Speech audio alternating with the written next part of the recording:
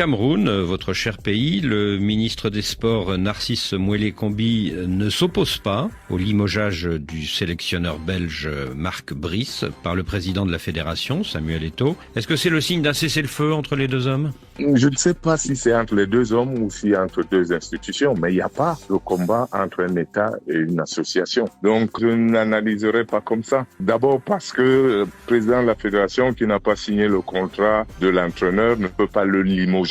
En revanche, il peut le priver de fonction comme il l'a fait tout le temps avec l'assistant. Et j'interprète que si le ministre n'a pas voulu en rajouter, c'est que le ministre se dit, chez nous on dit quand vous êtes au marigot et qu'un fou passe par là et vous prend vos vêtements pendant que vous êtes dans l'eau, ne lui courez pas après. Donc le ministre s'est dit, on va laisser la fédération aller et faire comme elle veut. Elle a choisi les joueurs qu'elle veut, elle a nommé les encadreurs qu'elle veut, elle a annoncé être sortie de la convention qui la lie à l'État. On va se comporter comme un État qui n'a donc pas de convention avec son association et on verra ce qui va se passer et on n'en rajoute pas. Et comme ça, il y a une trêve, mais je ne crois pas qu'elle soit favorable au football camerounais. Vous êtes en train de nous dire, Joseph-Antoine Bell, que c'est une trêve pour le temps du tournoi, mais qu'à partir du 18 janvier, la guerre va reprendre entre les deux institutions?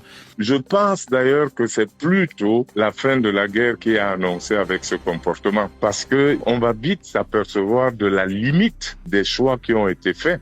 Vous savez, beaucoup de gens depuis Paris, Zurich ou Londres jugent les Africains parce que malheureusement, on compare ce qui n'est pas comparable. Il faudrait savoir qu'en Afrique, 9 fois sur 10, pour ne pas dire carrément 10 fois sur 10, vous n'aurez pas de fédération sans l'État. Quand une fédération dit non, laissez-nous, on va y aller tout seul, vous pouvez être sûr qu'elle va être en difficulté dès la première activité. Je ne comprends pas qu'un homme d'affaires provoque son banquier. Donc je ne comprends pas que les fédérations, en tout cas celle du Cameroun, ne puissent pas s'entendre avec l'État qui la finance. Et donc, c'est dommage, mais je sais que les joueurs et tout le groupe ne passeront pas un moment tranquille parce que le retrait de l'État veut dire forcément le retrait de beaucoup de moyens, le retrait du soutien institutionnel. Il sera limité.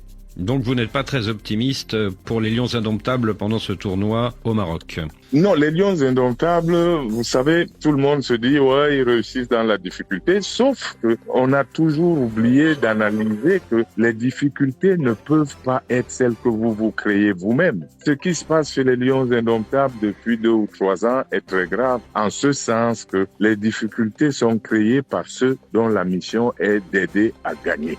J'ai gagné des matchs avec mes partenaires à l'étranger parce que les étrangers nous mettaient dans des conditions difficiles, avec un bus qui tombait opportunément en panne le midi, le jour du match, lorsqu'on va déjeuner. Bon, à ce moment-là, oui, ce sont des difficultés qui vous ressoudent. Mais lorsque les difficultés sont internes, lorsque vous les créez vous-même entre des gens qui sont censés gagner ensemble, évidemment, elles deviennent très handicapantes, quasiment rédhibitoires. C'est dans quel pays qu'on vous a fait le coup du bus en panne?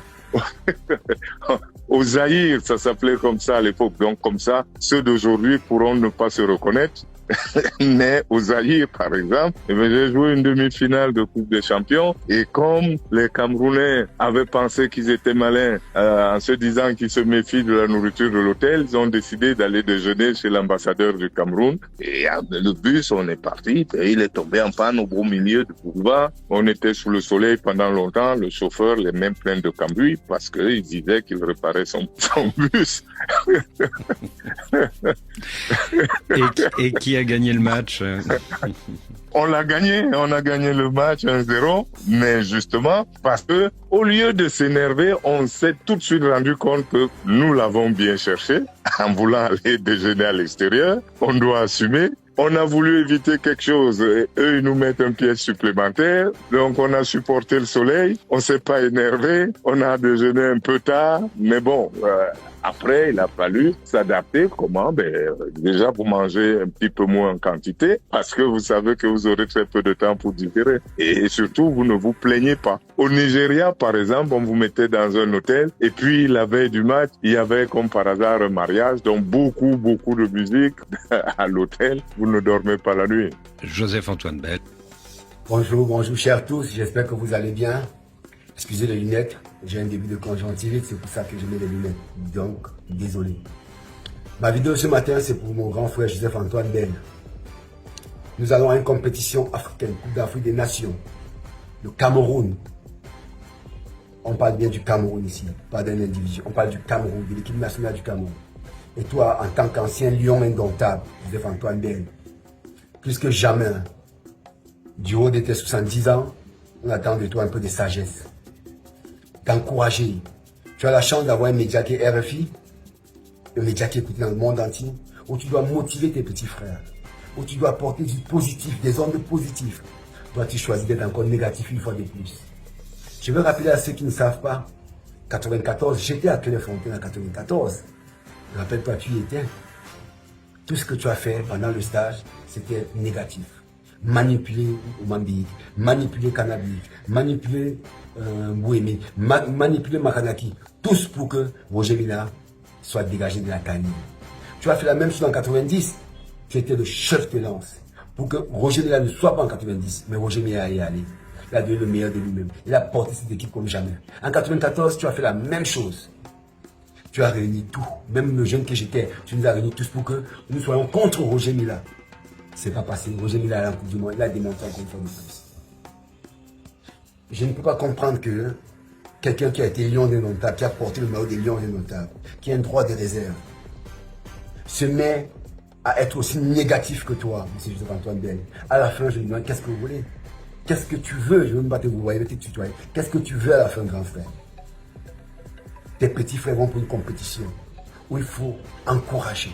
Toi, tu sors de la compétition, de l'esprit des lions pour parler de ton petit frère qui est le président de la Fédération camerounaise de football, qui n'a rien demandé d'autre que d'accompagner cette équipe et qui donne le meilleur de lui-même pour accompagner ses jeunes petits frères. Toi, tu es toujours négatif. Tu es toujours négatif. Personne ne sait pourquoi, Joseph-Antoine Bell. Je sais que tu es aigri. Tu as essayé d'être président de l'Africa Foot plusieurs fois. On a Vincent qui a gagné, Mahadaï a gagné. Tu n'as jamais pu être président de la Fédération camerounaise de football. Et je peux comprendre que tu sois aigri. Mais parfois, à un certain âge, on gagne en sagesse. Et la sagesse voudrait que tu laisses le président de la Fédération travailler. Et tu penses à tes petits frères qui vont en Coupe de la Fédération, qui ont besoin de ton soutien. Accompagne cette équipe, Joseph-Antoine Bell. Arrête d'être négatif. On vient de nommer un nouveau star avec Pagou, avec Belinga, que tu connais bien, qui ont même le même âge que toi, que tu connais bien, que tu dois encourager. Mais toi, tu fais tout le contraire. À la fin, je me demande bien, est-ce que tu as même vraiment porté le maillot de Lion? Parce que quand on était Lion, un jour, on était Lion toujours. Mais toi, c'est que du négatif. Et je suis désolé de te le rappeler, grand frère. Je suis désolé. À un moment, il faudrait que tu arrêtes. Parce qu'on en a un peu marre de toi. Tu donnes des leçons à tout le monde. Tu n'as jamais été meilleur que qui que ce soit. Tu as été toujours la doublée de Thomas Kono. Tout le temps, la doublée de Thomas Kono. Et quand tu as eu ta chance, tu n'as jamais rien fait. Tu n'as jamais rien foutu. Donne-moi ton palmarès avec l'Institut du Cameroun. C'est quoi? C'est rien du tout. Mais tu es toujours en train de donner des leçons à tout le monde. Arrête un peu. Arrête. À un moment, il faut que tu grandisses, Joseph-Antoine Bell. Il faut que tu grandisses. Nos petits frères vont en Coupe d'Afrique des Nations. On se doit de les accompagner. Alors, fais quelque chose de positif une fois dans ta vie. Accompagne tes petits frères. Merci beaucoup. Bonne journée.